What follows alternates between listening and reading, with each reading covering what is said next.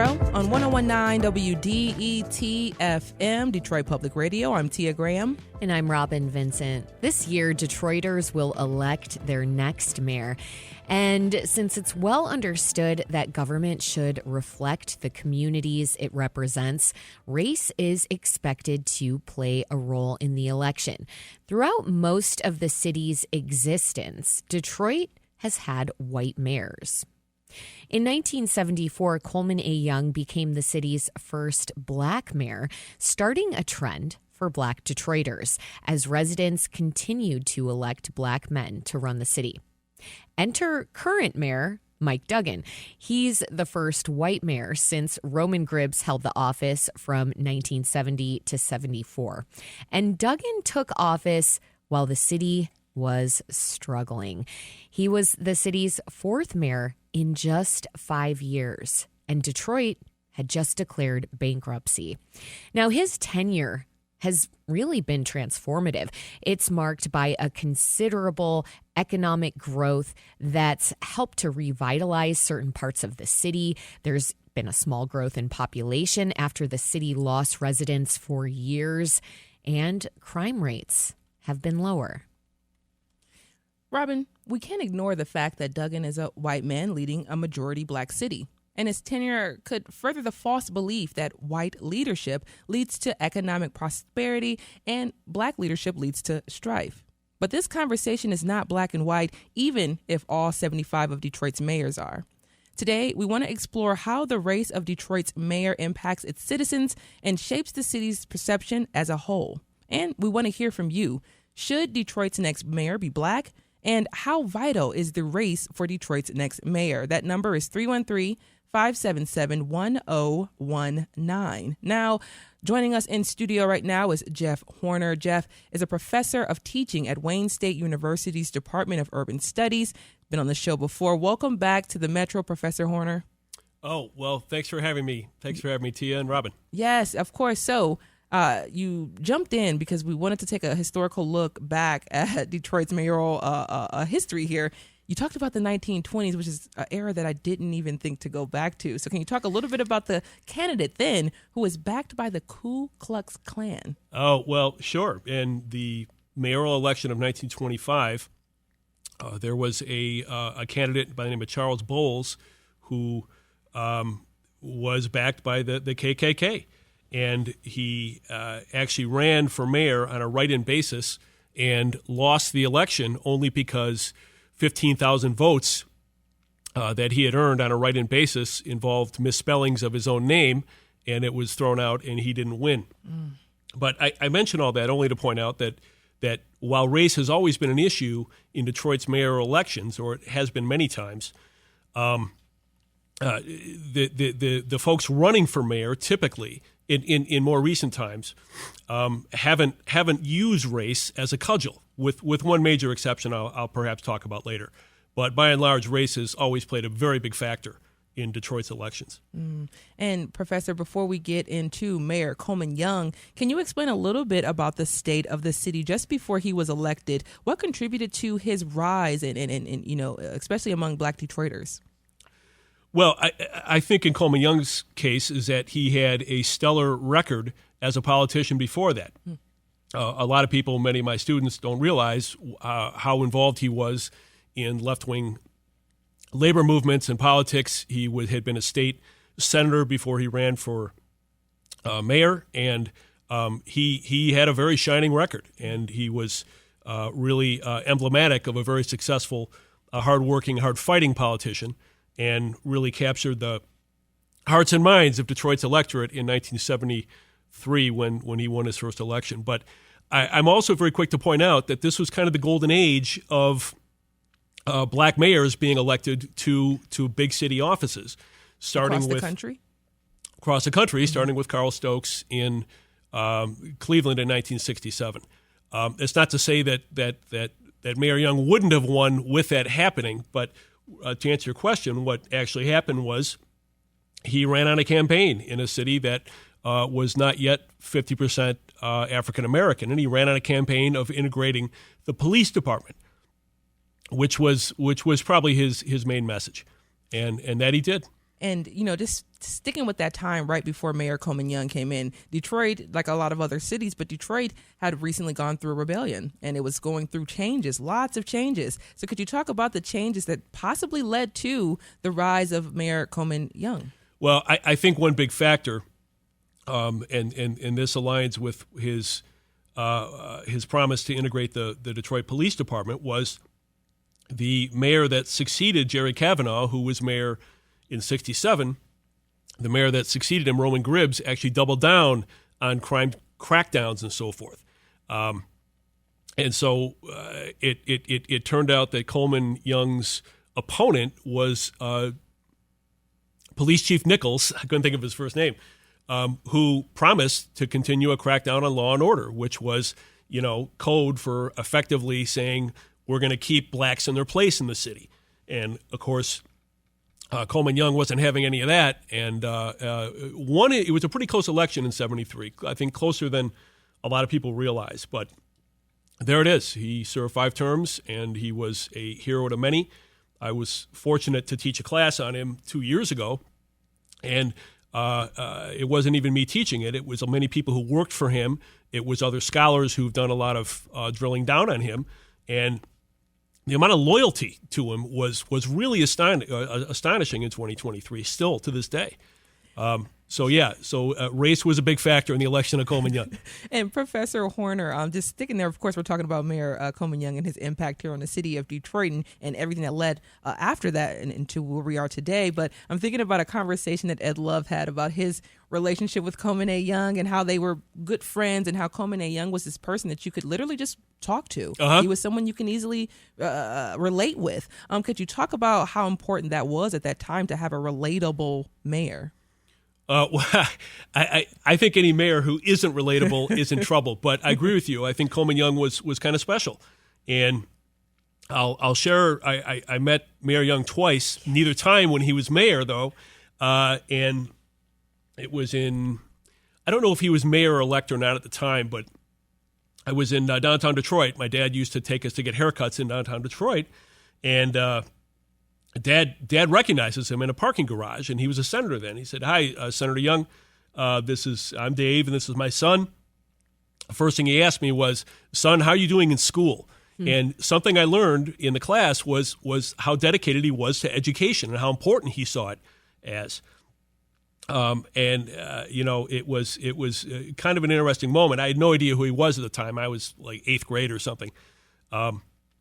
And that was a very personal touch, and he didn't have to do that. He was in a hurry to go somewhere. He was either running for mayor or was a mayor-elect at that point. And so that impressed me. That was a retail politician right there. Yeah. And just to go back to that, were your grades good then? I'll have to get back to you on that, Tia. Pleading the fifth. And just sticking there, of course, he was a mayor during much of the white flight era. How was he perceived by white residents in the surrounding region? Oh, well, again, I don't want to paint with a broad brush here, but there was a lot of ink spilled over Coleman Young and a lot of misinterpretations of things he said, such as asking after he got elected for the for all the crooks and thieves to hit 8 Mile, which was not a way of saying I'm gonna send Detroit's crooks and thieves to 8 Mile. He's saying I want to get them out of the city, and it wasn't anything aimed at the white suburbs. But yeah, there was a lot of hostility. I've looked at a lot of the press at that time, and there was just a lot of hostility that started from a beginning frame of reference that Coleman Young is against the white suburbs. Yeah. And many of the people who spoke in my class about him said he was not against white people or white suburbs. He was just pro-black, and he wanted to get people in important positions of power. He didn't fire all the white people who were department heads in his administration. None of that's true. So I can't explain that. You'd have to talk to a media expert on that. But it was very hostile. It was tremendously hostile. And you're listening to The Metro on 1019 WDET. I'm Tia Graham. And I'm Robin Vincent. We're talking about the history of black leadership in Detroit, and we're asking whether the next mayor should be black. The number is 313-577-1019. Let's go to the phones and bring Mama Joe from Detroit into the conversation. Mama Joe, thank you for calling the Metro. Should Detroit's next mayor be black? Honey, is this Robin? It is. Well, I just love that voice, first of all. Thank you, you Mama got power, Joe. gal. You got power. I should elect you for mayor. Thank But you. the fact about it is, I'm glad I got in. So I can say this much, honey.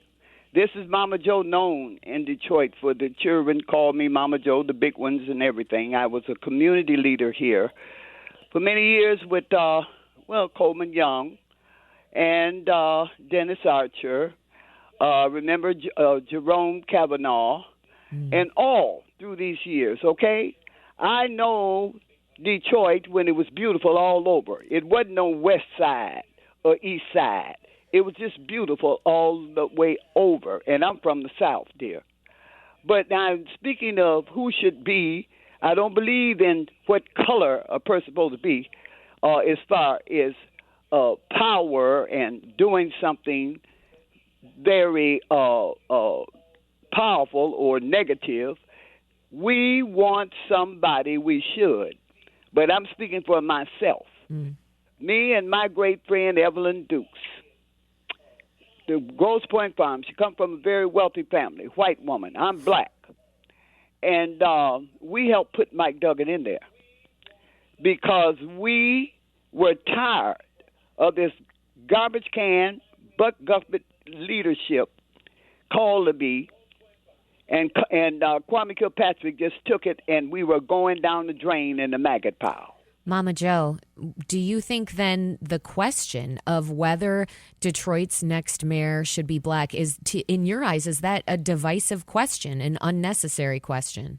It really is unnecessary. We should want somebody, I don't care if they're purple with gold and green stripes. We should want somebody that's going to finish the job that Mike Duggan started. He did a very good job.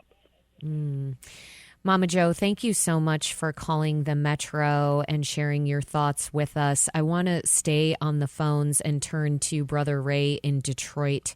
What do you think? Yeah, hey, good morning. I think that whether it's first of all, Coleman Young, I don't think he was more pro-black, but he was more pro-equity and equality and justice. But concerning the next mayor of Detroit, whether male or female, they have to show strength and courage, take chances, and be a uniter.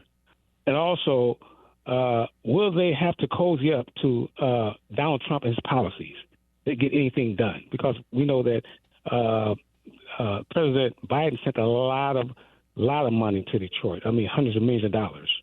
Now, will that spigot be cut off under the Trump administration? Thank you very much. Thank you, Brother Ray. Which the idea of being a coalition builder, that is something that certainly Mayor Mike Duggan has been known for. Professor Horner, can you just speak to the need for Detroit's next mayor to be that kind of coalition builder? Yeah, certainly. To be any big city mayor, you have to build a coalition, and this is exactly how Jerry Kavanaugh was elected in 1961. He had a very strong message of inclusion and so forth, and that drew a large enough black coalition to vote for him long before Detroit was a majority black city. But I want to go back. I want to go back to what Mama Joe, I think was her name, yes, was saying about she doesn't care about the race, color, or whatever of the next mayor. And it reminded me of, I think it was 2010.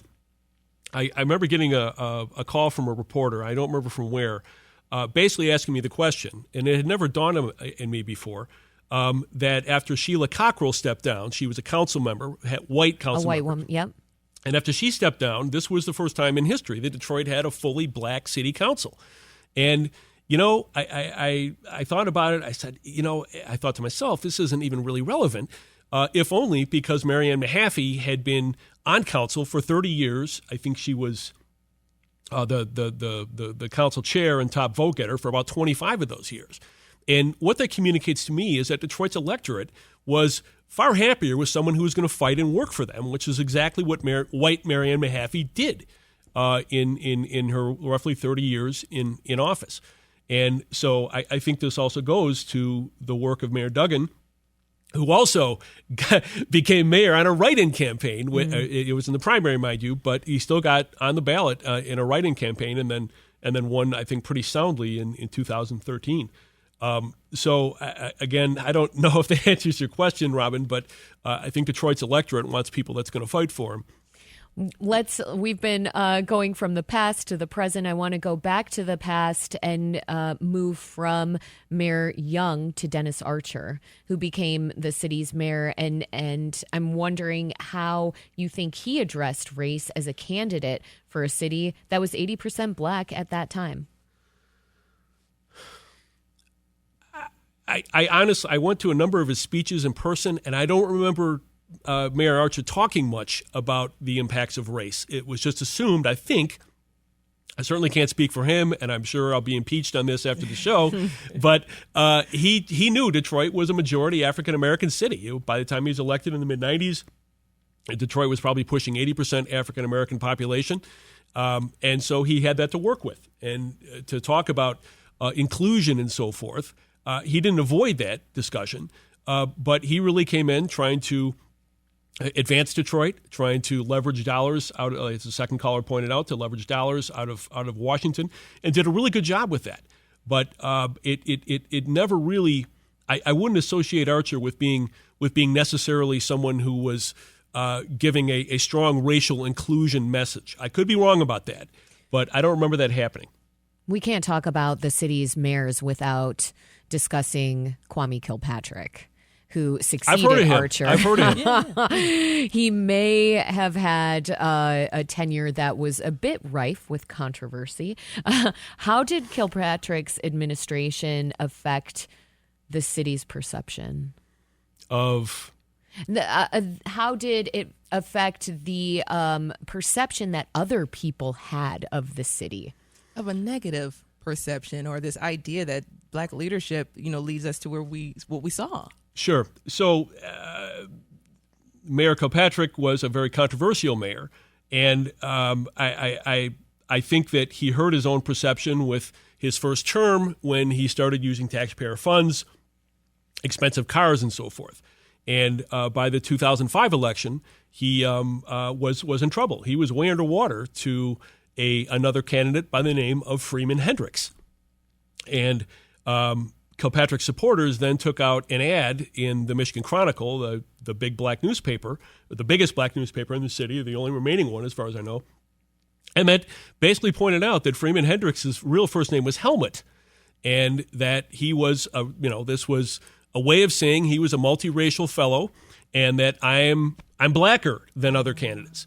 And that's a true story. And he was, doesn't matter, but Freeman Hendricks is a multiracial person. And, for the research I've done, it's the only time that race has been made an important point by candidates. Race has always played into Detroit's mayoral elections, but where candidates now bring it out, that's like the largest and best example, I think, of playing to racial biases right from the mouths of a candidate.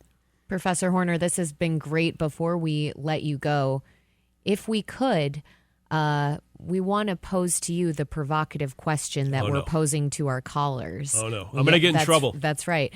Does Detroit's next mayor need to be black? No, there's no need for anything here except someone who has a track record, who can work hard, and is going to work hard on behalf of all people. So I guess I'm with Detroit's electorate. I'm not a resident anymore. I used to be. But I'm with Detroit's electorate, that they want someone who's going to fight for them, someone who has experience doing that. And I guess what I've seen is Detroit's electorate becoming less and less sensitive, or using race as something more important than competence in the office. Jeff Horner is a professor of teaching at Wayne State University's Department of Urban Studies. Professor, thank you so much for joining us on the Metro. It was my pleasure. Nice to see you.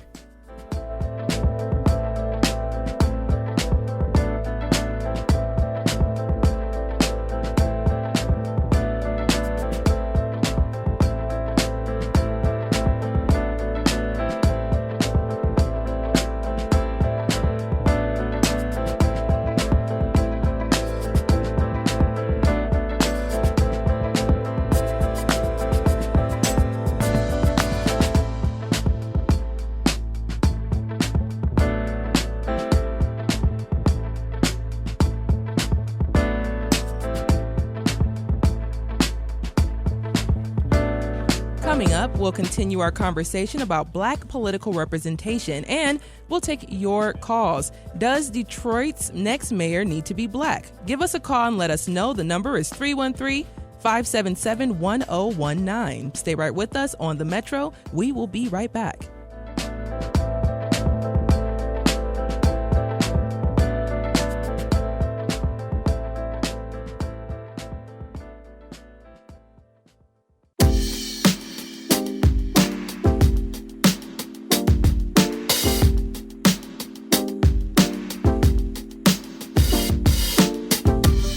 Welcome back to the Metro on 1019 WDET. I'm Robin Vincent. And I'm Tia Graham. And in 2013, Detroit elected its first white mayor since Roman Gribbs in the early 70s. And since this is Mayor Duggan's final year in office, we want to interrogate how his tenure elevates a racial narrative that hovers over Detroit's political history. To explore this legacy of Black leaders in Detroit, we're now joined by Candia Milton. He's the chairman of the Black Slate. That's a political organizing group with a long history in Detroit. Candia, welcome to the Metro. Thanks for having me. Pleasure being here. So your organization, the Black Slate, has endorsed a number of candidates for political offices over the years. It's an example of how Black people began to organize politically in Detroit. How did the Black Slate get its start? Yeah, I think that this is, certainly an important conversation as we talk about Black leadership and its impact on our community here in Detroit. It's as relevant today as it was when we were founded by Albert B. Clegg just over 50 years ago. What our founders saw was that there were Black mayors being elected throughout the country. One such example was Mayor Carl Stokes in Cleveland. Cleveland is not a city that's very different from Detroit. It had experienced a growth in Black population, but up to that point, the Black community had been electing mayors and representatives that were not Black and that were not always representing, or should I say, advancing the issues of the day in those times. And so, our founder just thought it was important that there be Black representation in the office of mayor, but also that there was a type of support that mayor needed in order to execute an agenda that was in the best interest of Black people. What exactly does that support look like that the Black Slate has offered? Yeah, so it's been support. Certainly we talk about the mayor's office, but then a mayor can't do it alone. And so a mayor would need a strong city council who's aligned with that agenda, would also need state representatives because a lot of the laws are, that need to be passed are at the state level, but then also congressional representation, also representation on the bench. Making certain that, our people would receive a fair hearing from folks who understood, the struggles that we face on a day-to-day basis. So the Black Slate has taken a holistic view of government. It can't just be Black representation in the mayoral mansion. It's got to be at every level. There has to be continuity. Yeah, and at the end of the day, it's about self-determination, right? It's about defining our struggle and then what are the solutions to those struggles, defining ourselves and being clear about, who we are in a certain moment in time and where we want to go. And so Black representation is all about that, whether it be in the mayor's office or even precinct delegate for that matter. And in the mayor's office, Detroit has had black male leaders for the last 40 years. How significant is that for the city? It has, I think, defined actually every generation in our city. I grew up, Mayor Young was the mayor. He was the figure we all had to look up to. And it was with great pride that we did that. And I can tell you, I've grown up with black leadership in such a way that I thought it was commonplace. Mm-hmm. But to see a black mayor, a black state representative, black judges, black lawyers, black police officers, black people achieving, it gave me something to strive toward. And it gave a number of folks within our generation something to strive for as well. And so that example was also important. And so we can talk about the policies, we can talk about those tangible things that are important relative to black representation, but that intangible, giving us something to strive for, giving us a dream that is very real. You can't dream something you can't see. Mm. And so seeing that every day, quite frankly, I thought it was commonplace. In fact, when I would go out of town and we would talk about our mayors, I was surprised at the number of cities or people who did not have that same example and something to strive to. Yeah, you're summarizing here one of the reasons representation in politics is so vital. And when you talk about Mayor Coleman Young, mm-hmm. who we have been discussing his legacy this hour, and particularly because we are talking about the next mayor of Detroit and what Coleman Young's legacy is. And I'm wondering what made him stand out to the black slate, because mm-hmm. the black slate endorsed him, right? Correct. Interesting you say that, because we were the only organization when Mayor Young first ran for mayor to endorse his candidacy for mayor. And it was between him and attorney Ed Bell. And when our founder and the committee interviewed both candidates, they were neck and neck relative to the issues. So issues around education, same types of things that we're talking about now. Issues around education, neck and neck. Profoundly neck and neck. Issues around transportation, around access to jobs, all the things that were housing and affordable housing, neck and neck on. But it was the one issue relative to the black community's relationship with police that was all the difference in the world for our founder. Mayor Coleman Young, then candidate, or Senator Coleman Young, was demonstratively against stress, and made it very clear that this campaign is about how do we build relationship between police and community and eliminate or abolish stress. And so Mayor Young's commitment to bringing about a police department that, one, met the needs of public safety, but also justice and fairness in our communities was paramount for our founder, Reverend Albert B. Clegg, and it certainly was something that resonated with the community. And now today we see these unique partnerships between the Detroit Police Department and community organizations that are trying to curb violence. Mm-hmm. And they're very unique and not something that we're seeing all over the country. And I wonder, do you see the long-lasting impacts when it comes to, which the Detroit Police Department is certainly not a perfect one, and mm-hmm. as journalists we have a lot to examine about law enforcement in our city all the time, but there do seem to be some unique aspects of DPD, and do you think that some of that is part of the lasting legacy of Coleman Young? Yeah, and it's been a struggle to get here.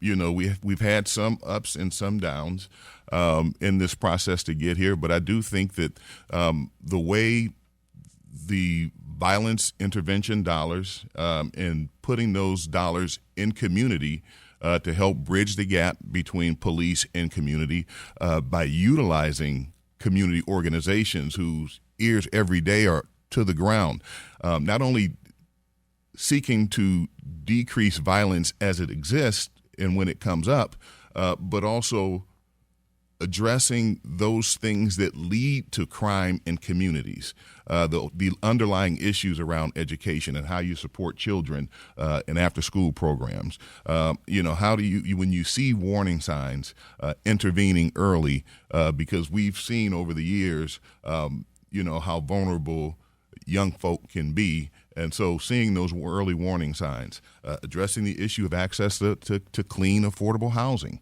addressing the issues relative to economic dignity and jobs and job training. And so, the holistic approach that is about early intervention and community engaged, community led, community informed violence intervention in partnership with our police department.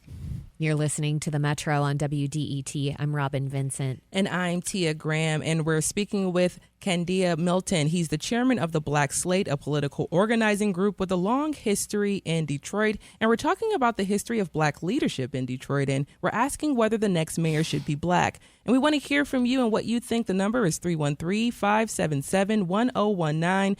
Now we're going to the phone line. There's John from the East Side. Hi, John. Should Detroit's next mayor be black? Probably. I look at the city. I've been here 60-some years, 62 years almost. And I think the mayor should represent the communities, not downtown. And I think they should live in the community and come from the community.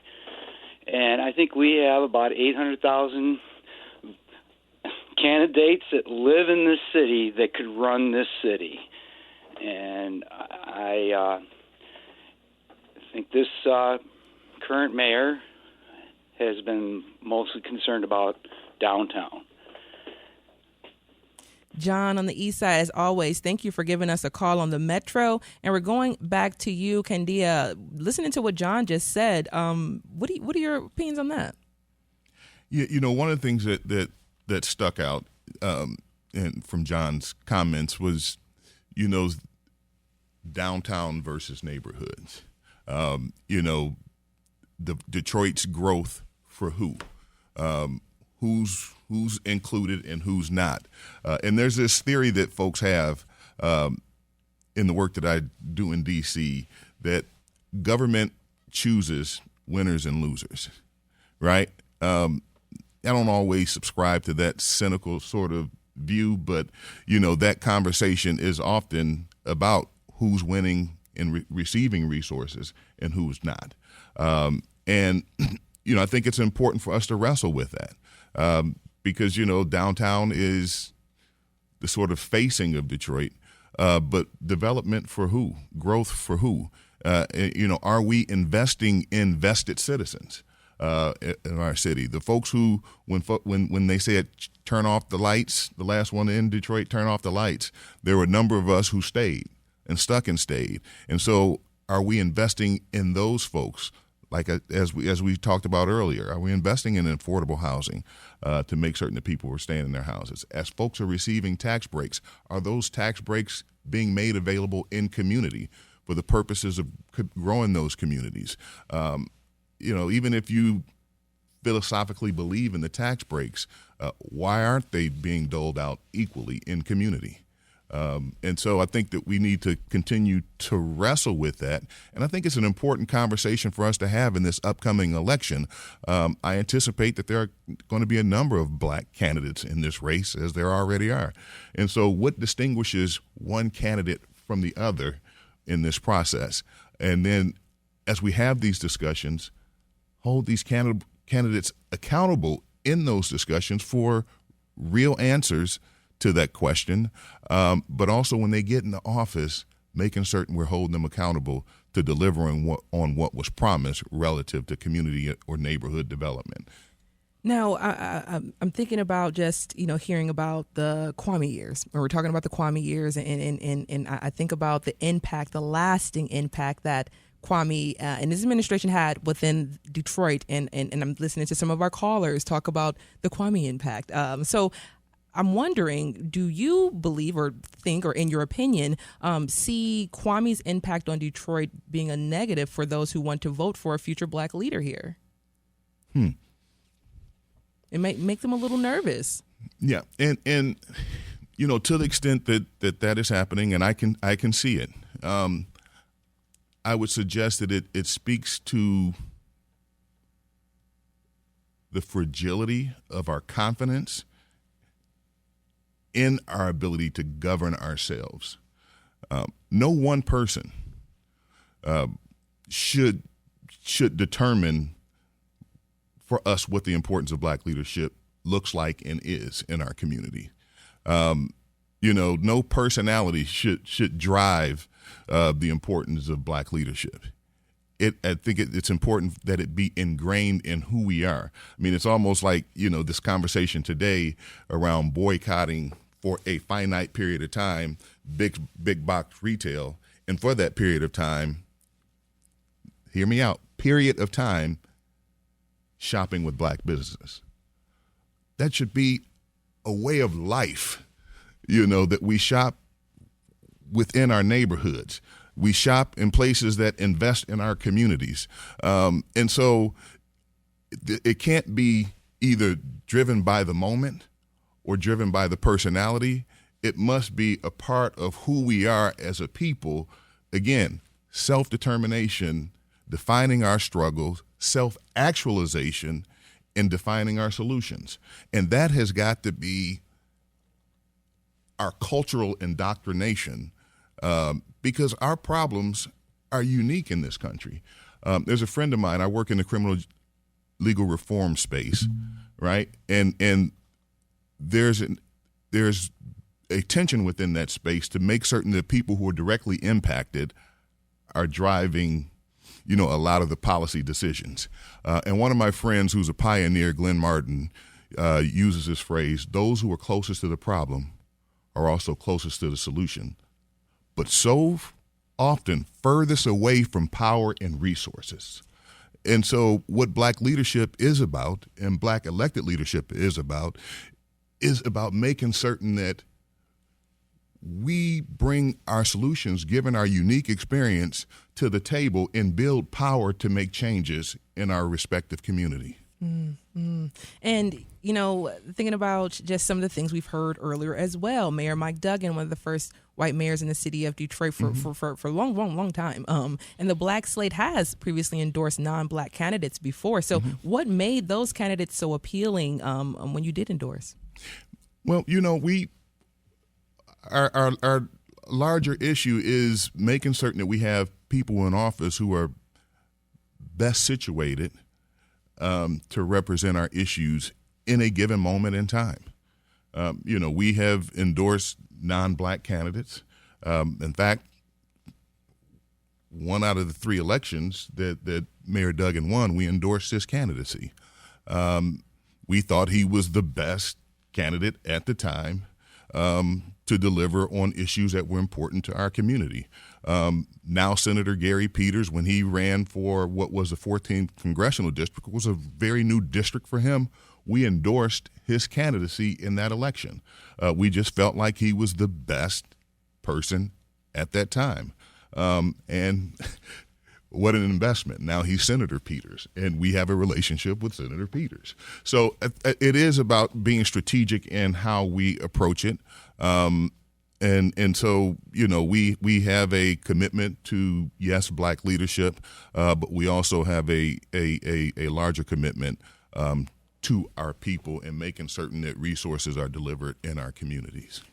And, you know, once again, just talking about everything that we're talking about, the city of Detroit, black leadership, what it all looks like. So you were talking about the moment. In that moment, Gary Peters was okay. In that moment, Mayor Duggan was, you know, the right choice. So when we look at now, it's 2025. We see the administration that we have federally. We see the changes that we're going through. Duggan's on his way out. He's going as an independent. We have so many different things. And right now, based on my knowledge, I don't think we have white candidates in the Detroit mayoral race. I believe they are all black right now.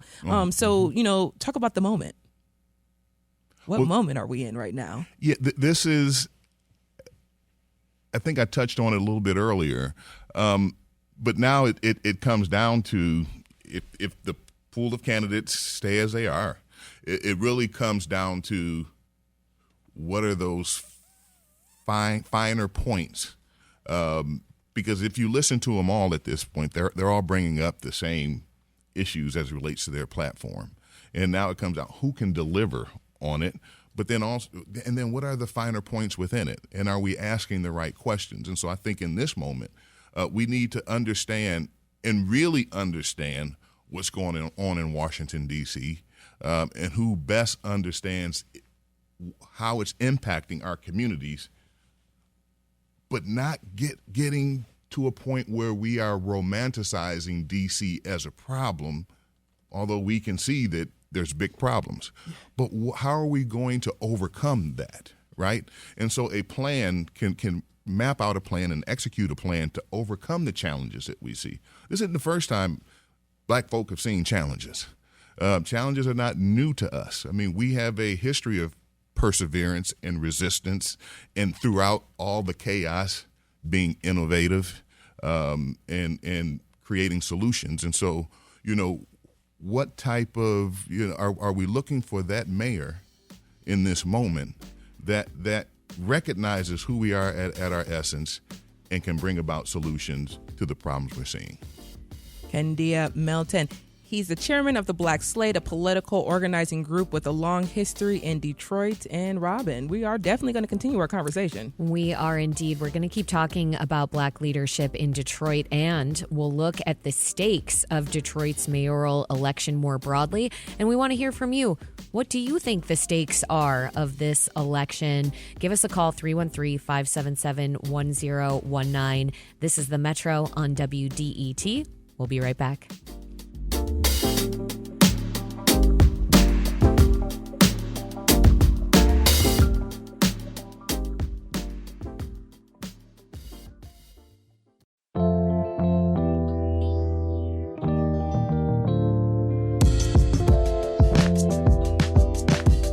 Welcome back to the Metro on 101.9 WDET FM. I'm Tia Graham.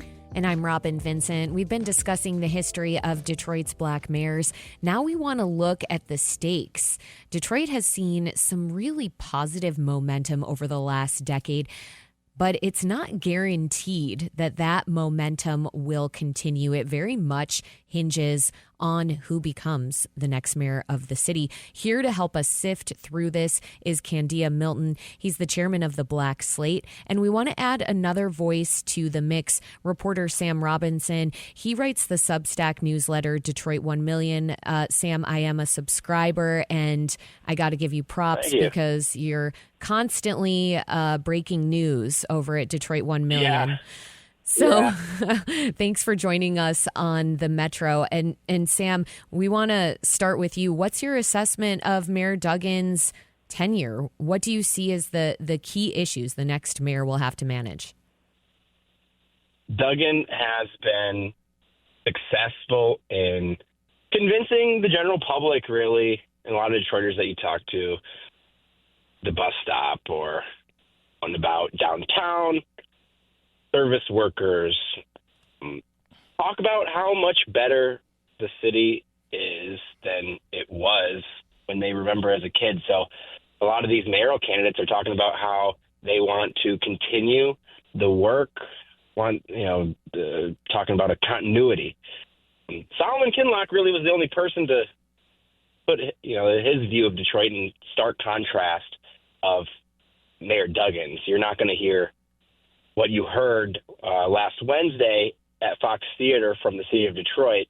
Solomon Kinloch, he's the pastor of Triumph Church, described what he called the tale of two cities. He's talking about housing and 10 new grocery stores that he wants to strategically place. Robin, you mentioned a lot of the candidates are saying the same things. Mm-hmm. And a lot of the issues that we've heard, housing, affordability, job training, diversification, are going to be sort of the universal themes that we hear through November. Sam, thanks for laying that out for us. And I'm wondering, when we look at Kinloch and his messaging, I saw you nodding your head over here, Candia. Could you weigh in? Yeah, listening to Sam, it certainly does resonate. there is this perception amongst a lot of these candidates that they need to run toward the mayor. And let's just say, Mayor Duggan is a strong political figure. And so often politicians do gravitate toward that political figure. But what I like about, what Pastor Kenlock is doing is that he's not a part of the political establishment. And so none of that really matters. It reminds me of Senator Warnock, right, who never held a political position before he ran for senator. But because of his shepherding the church, he was in tune with what's going on in the community at a grassroots level. And so that's what resonated. You're listening to The Metro. I'm Robin Vincent. And I'm Tia Graham. We're talking about the history of Black leadership in Detroit and the stakes in this year's mayoral election. We're chatting with reporter Sam Robinson and the chairman of the Black Slate, Candia Milton. We want to hear more about what's going on within the city of Detroit. So the topic of gentrification, it will continue to be part of Detroit's narrative as the city continues to grow. The investment in many ways, and it's the reason the city is growing. Now, we're going to start with you, Candia. What's the appropriate messaging here to residents in the region?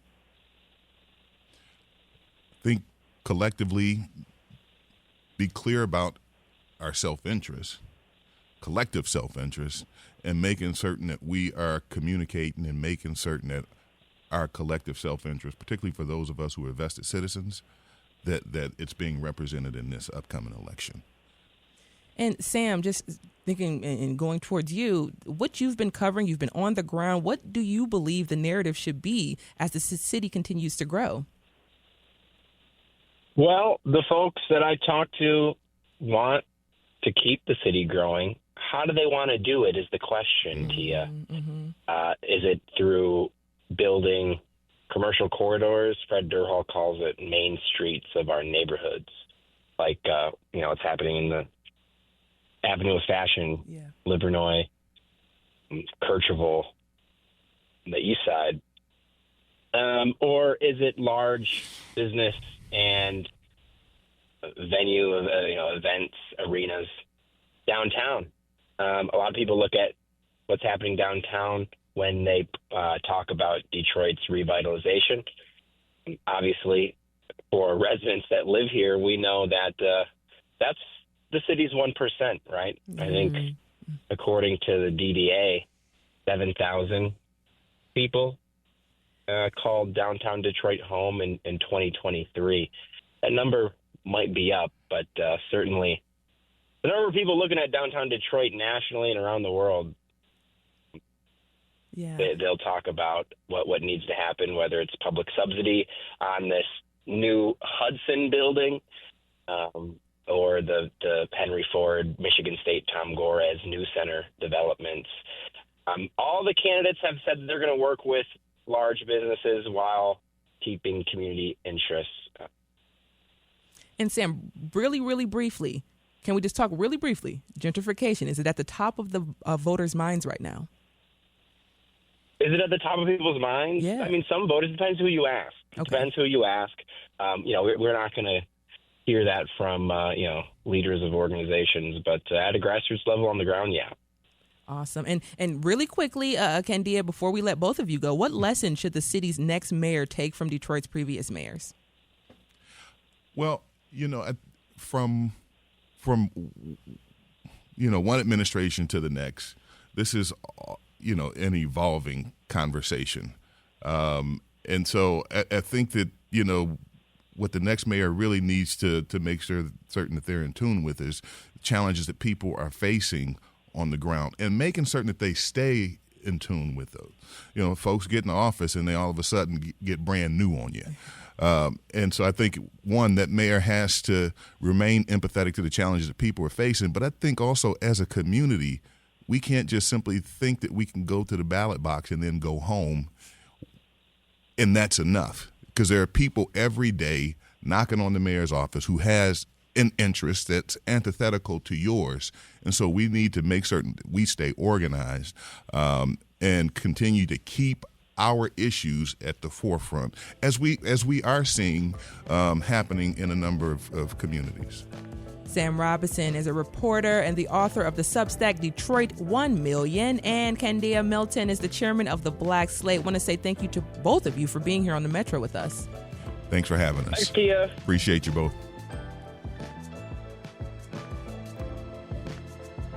This is WDET-FM Detroit Public Radio, your connection to news, music, and conversation.